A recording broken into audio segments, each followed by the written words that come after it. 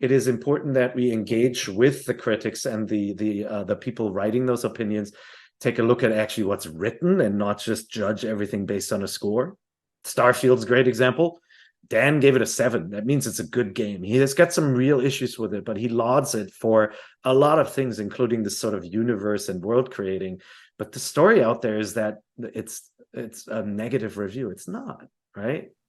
It's a Yeah, and negative people are review saying because it's a bad game because it didn't get in the 90s in Metacritic or people something. wanted it a 9, It's just, right? And yeah. wanted it to be a 9 on based on their preconceived notions. And our reviewer is a huge fan of Skyrim and the other Bethesda RPGs and wanted it to be a 9 too, right? He was a fan, would have loved for it to be better because ultimately this is the game he experienced and he fanned over and would have loved to like better. But credit to him for not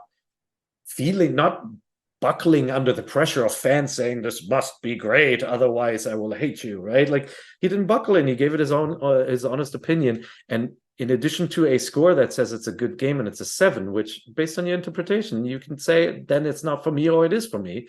There's a whole review that breaks down why he arrived at that number, and that review also tells you that he didn't like the items, the inventory system, and it's frustrating. And I agree with him. I walk around, I'm like, is that weapon better than the weapon I have? Because, oh God, I don't have it equipped right now. How can I compare? And it's worth calling out that games like Borderlands solved this issue years ago, right? And a gamer may look at that and go like, I don't care. I'm the kind of person who loves going into menus and spending time, or I just ignore all the pickups and only upgrade every couple of hours. And so to them, that comment is really valuable because they know whether they'll like that experience or not.